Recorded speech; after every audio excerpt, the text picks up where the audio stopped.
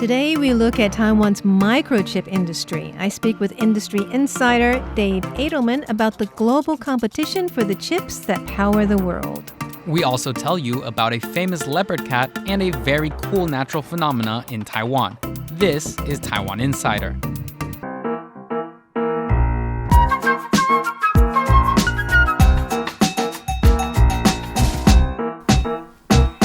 Welcome to the show.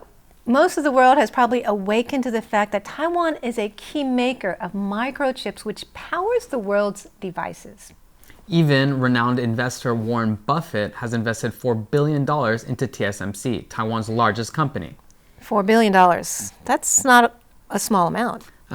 It's not that much for him. Well, today we speak with an industry expert. Dave Adelman is the managing director of a key maker of silicon wafers in Taiwan, Siltronic AG. And I asked him what he thought of Buffett's investment. Well, I think it's pretty much a compliment to TSMC that the world's greatest investor, or at least most famous investor, decided to put that kind of money. They must be impressed with their technology and their market position. And also, it probably didn't hurt that the stock market had taken a little pullback. That's right. In recent times. Another important thing with Warren Buffett, he's always been very bullish on Apple. And Apple buys most of the world's chips, actually. About 11% of the world's chips are purchased by Apple. TSMC is a tremendous supplier to Apple. But it's not a surprise. TSMC is the largest maker of high-end chips, about 90%. Do you think any other country or company can compete or catch up with TSMC? Yeah. Before I answer that, I want to share some information. There's a book that's recently come out, written by an economic historian named Chris Miller. The book's name is Chip War. He says in there that the fabrication and miniaturization of chips is actually the greatest engineering accomplishment of our day. Wow. And I truly believe that, after being in the industry for so long. You know, TSMC can make a chip that has 9 billion transistors on it. It's only the size of a postage stamp. It's just amazing.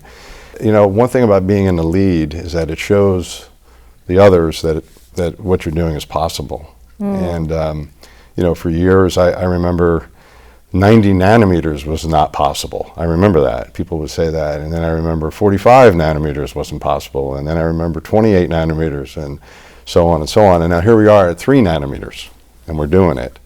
So historically, Intel has been the leader, has been blazing the trail. And it's TSMC's turn. But I'm not sure if anybody will catch them. Don't know.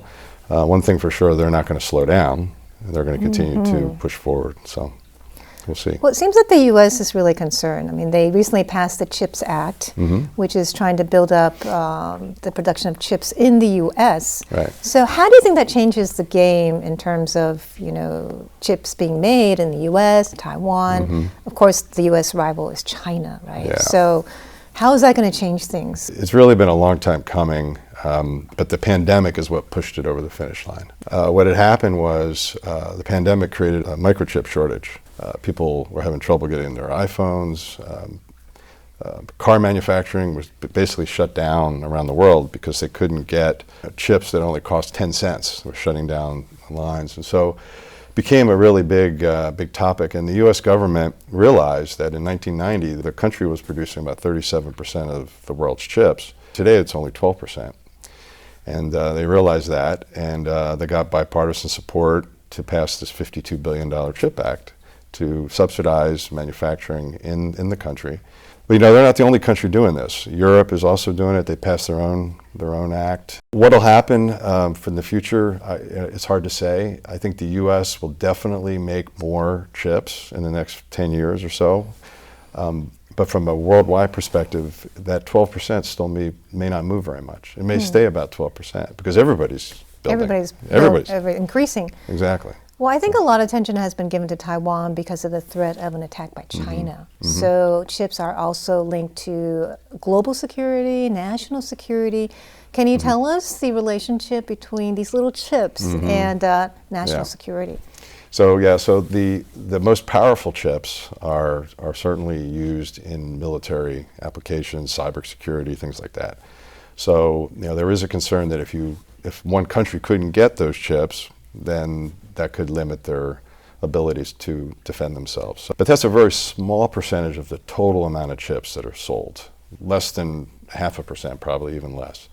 But they're very important. Well, tell us about the exciting trends in the semiconductor industry. I'm sure Yeah, there's always new trends. The one thing I learned about trends is a lot of times we think we know about trends, but sometimes trends, they're wrong and something else just shows up. Like I remember the cell phone, the mobile phone, came out of nowhere, and the iPhone came out of nowhere, really. Really? I never really expected what we have today. When you look at the market trends, which are the real interesting ones, of course we have artificial intelligence, which is really important and interesting right now, solving incredible problems using, and actually even mimiking the brain a little bit. That's actually scary. able to learn. That part is a little scary, I have to admit, but it came out of the gaming industry. That's Really? where it came from. The gaming processor chips are extremely powerful chips. And then the other thing that's really driving a lot of the development is the electrification and automation of cars. Automobiles have tremendous amount of chips in them. Of course, electric cars are really taking off. They have a lot of chips in them, almost 7 times the amount of chips than a non-electric car. And then the other trend is augmented reality and virtual reality. That's the whole thing about wearing the head, yeah. And the metaverse, the virtual metaverse, where we're all going to live in this virtual world, and we can have meetings, with people around the world in this metaverse. It feels kind of out there, but I know people that have used it, and they say that it's pretty cool. I know you've been here in Taiwan for 2 years. You're head of an important company. How has it been for you working in Taiwan in this industry?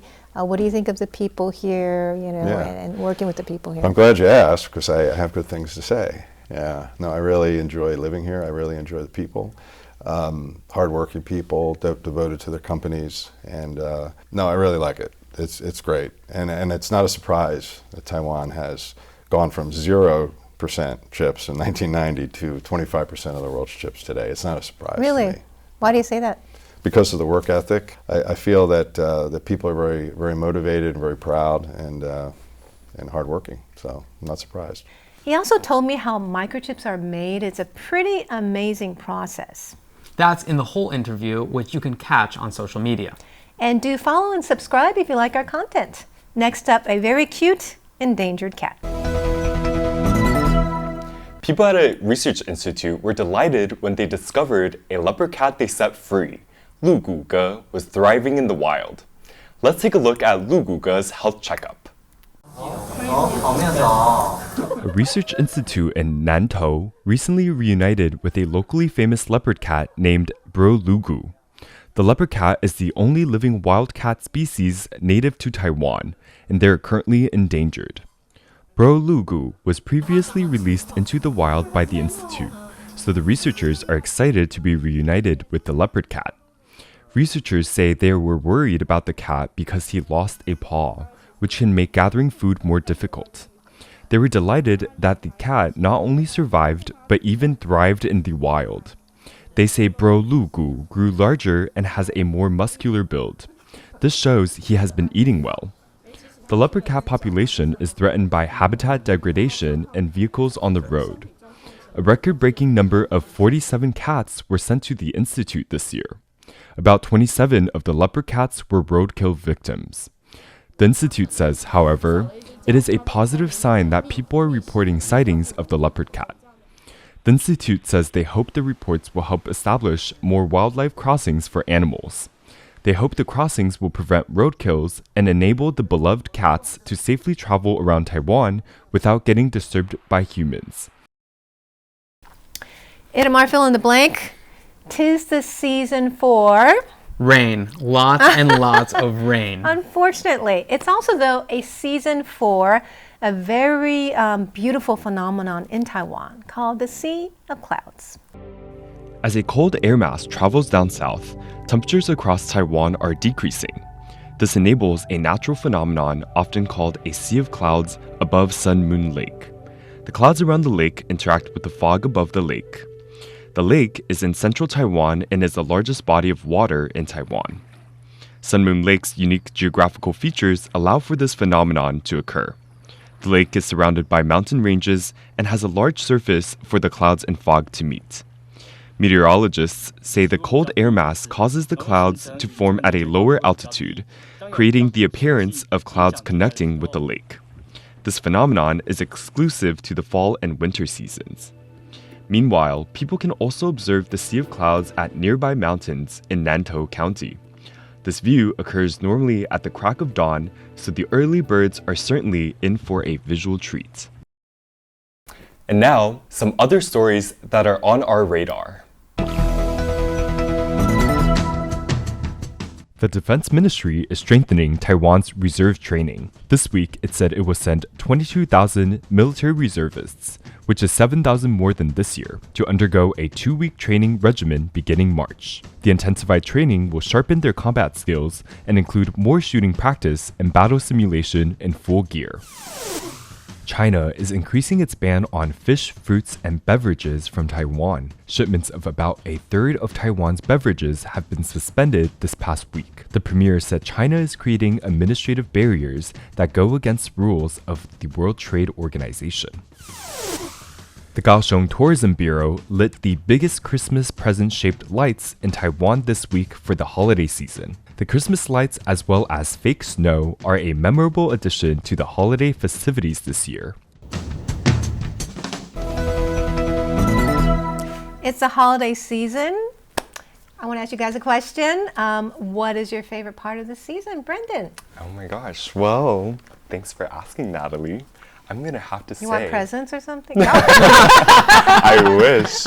In the form of desserts. Oh, that's true. Lots of great... do you have a favorite dessert of the I have to season? say, because it's getting cooler, I love a warm almond soup. Have you ever had yeah, soup? sure. Sometimes, Yeah. Sometimes it goes well with a youtiao, which is a fried donut.